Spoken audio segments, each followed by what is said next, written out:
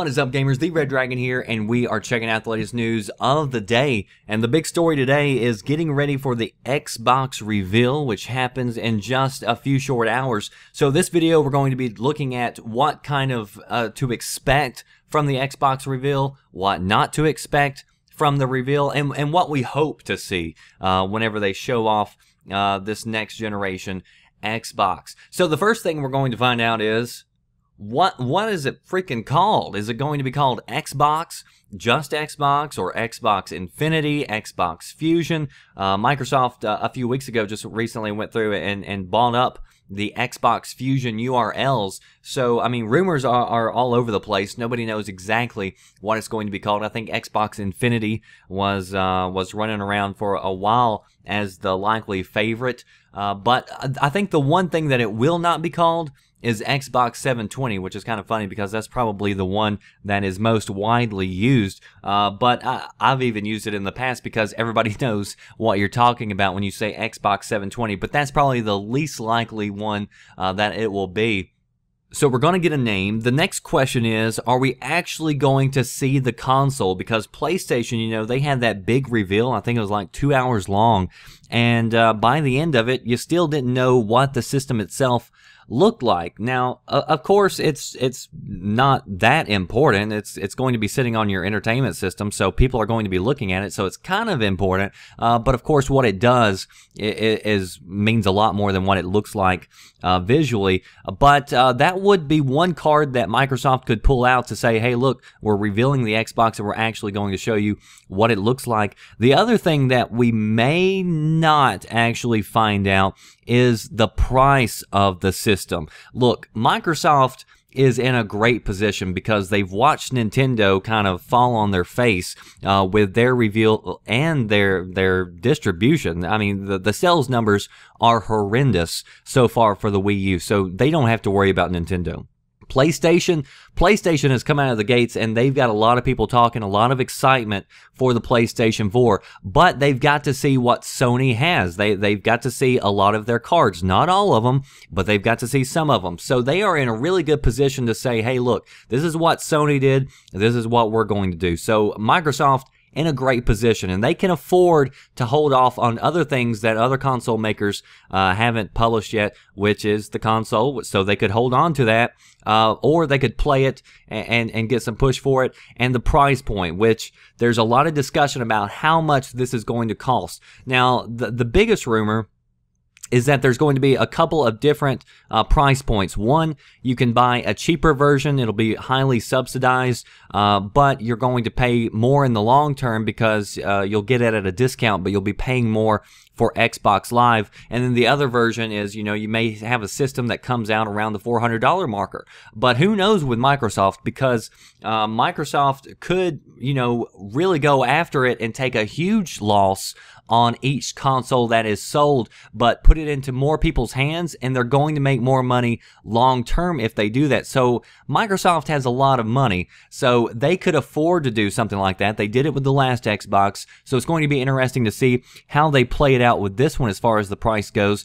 But I don't know that that is something that we're going to actually hear about tomorrow. That might be something that is saved for later down the road whenever they find out what Sony's going to price theirs at, because that would be an easy you know, trump card to pull. Oh, Sony, okay, well, they announced their price point of this. Look at this. You can get the Xbox, get all these features, and it's going to be this price, which could be significantly lower than the PlayStation. So it's going to be interesting to see how that plays out. I think the one thing that we will see is the mention of some of the specs. We're going to get a list of all the specs, and I think that's going to include the Blu-ray, which a lot of people have been missing out on with Microsoft. So I think they're going to be finally catching up with the Blu-ray. It's going to have plenty of power. You know, if you want to get down to the fine details, whether PlayStation 4 or Xbox is going to be more powerful, look, it's not going to matter. They're going to play both awesome games. The games are going to probably look very similar to each other. So as far as technicalities go, it's not going to really make a hill of beans difference. I mean, even if you look at right now, the PlayStation 3 is more powerful than the Xbox, yet if you look at the games, you can't tell a nickel's worth of difference between them most of the time. Sometimes even Xbox games look better. It just depends on the developer and a lot of different things. But trust me, both the PlayStation and the Xbox are going to have plenty of power. The next thing that you're going to see is Kinect 2.0. Now, I know a lot of gamers were not excited about Kinect. I myself wasn't that excited about Kinect. I never did really even use it. In fact, I haven't even bothered hooking it up for like the past few months. But I think Kinect 2.0 could change all that, and I also believe that this will be something that is packaged in with every sold Xbox.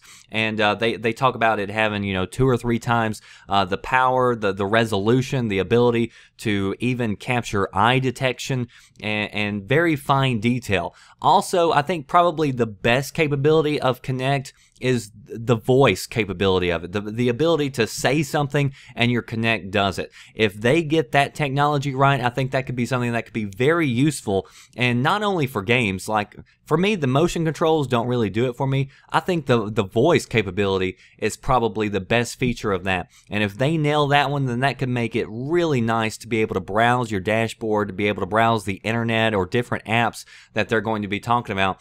And I guess that kind of rolls me into the next segment, which I think will really be pushed heavily tomorrow, which is TV and entertainment apps.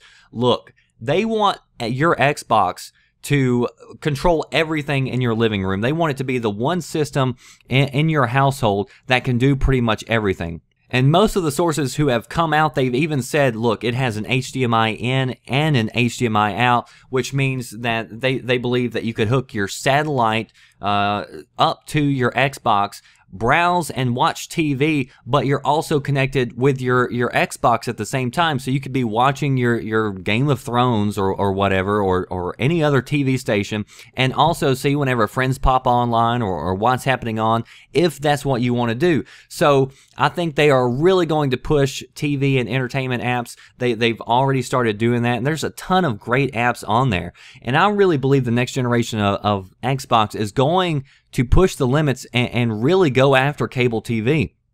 Because I'm telling you, I am about tired of my cable bill, and I'm ready to cancel. And if they have, internet TV, which offers me all the shows that I want for a significantly cheaper price, and it's all right there packaged in together, I'll easily call my cable company and cancel them out. But I mean, they've got apps for everything. They've got apps for ordering pizza online now, for your movies, for your TV, whatever. I think we're going to see more apps. The thing is, with the Xbox, though, the way it's currently set up, it's just too damn slow. They speed it up. They add all this extra stuff. They make it work seamlessly, just like when you're on your computer, when you start a program or you click on a website and it automatically goes there. That's what the Xbox has got to do. I've got to be able to push the button and it goes and it starts playing this or streaming that, and it's got to be fast. And I think we will see that. So I think you're going to see a lot of TV and entertainment apps push. And then that's left you asking, what about the damn games? Because that's why I'm buying an Xbox 4, is for the games. And look, you're going to see games that are going to be shown off tomorrow. I think the big one, it will be Call of Duty Ghost. Also, they've announced some other titles. I think EA just announced that they're going to be demoing or showing off a UFC game, so that's another one. But look for the games to not be as prevalent in tomorrow's or the 21st reveal. Okay, they're going to show the games off at E3. They've already said, look, the big game reveal, they've got tons of exclusives, is what they're saying. They're going to be showing off the games at E3, and they're saying that E3 will be all about the games. They're saying the May reveal on the 21st is all about the system and the capabilities and the future of it. And there's even talk that they may be even showing off the Illuma Room, which I've talked a little bit about on this channel, the projector that kind of shows off the display around your living room, which kind of surprises me. I wouldn't think that they would show that off, but there's some rumors floating around today that they may show that off. I know that's something that they have planned for later on in the future that's not supposed to come with the launch, but I guess if they're showing you the future of what Xbox has in store and why you should invest in this now, saying, hey, this is what's coming on later down the road, so then in that case, then I could see why they would do something like that. The other thing that we need to find out tomorrow is this thing always on or is it not? And I believe what you're going to find out is that they're going to leave it up to the developers to decide whether they want their games to be always connected or not. And that kind of puts them out of the spotlight. It's like saying, hey, we're going to give developers the capability to do this, but if they do it, it's on their own accord, and we're not forcing you to. I think you're still going to be able to play single-player games, play your movies without being connected to the internet. So that's my prediction. Hopefully we will find that out tomorrow. I know that's a big topic of controversy. So we will hopefully find out tomorrow whether or not that is the case. And then finally, the release date. When are we going to be playing and getting our hands on the next generation Xbox? Look, I don't think you're going to find that out tomorrow either. I think they're going to be very vague again because, again, this is a power move. This is a power play. Information is power. If Sony goes ahead and they announce their release date, Microsoft could theoretically change theirs and up it and try to come out before Sony. So it's a game. It is a game being played out right now on the big stage between two behemoths who have both great consoles who are going to be very powerful, and it's going to be a successful generation, I think, for console gaming. And we're just going to have to see who's the better marketer when it comes to it, because I think both systems are going to have great features, and I'm excited to see what the Xbox has in store for tomorrow and E3 and PlayStation in the future and all that. Look, I'm an Xbox guy. I like Xbox. I'll be getting an Xbox, but you know that I do not discriminate. If you're a PlayStation lover, look, I talk about PlayStation games. Most of the games are the same. Whatever system you love, I have no trouble with it, okay? Great gaming. That's all that matters to me in the end. So post your comments below. Let me know what you think about all this. Do you think or just post what you think you were going to see tomorrow in the reveal? Are you excited about it? What don't you think we're going to see? Do you think I was wrong on a few topics? Let me know in the comment section below if you want the latest news and updates as they happen. Be sure you check out VGN, videogamesandnews.com. I'll be posting updates all day tomorrow with the latest information. And also be sure you check me out on Twitter and Facebook. All those links are in the description box. That does it for me, The Red Dragon. I'll see you next time. Thanks for watching.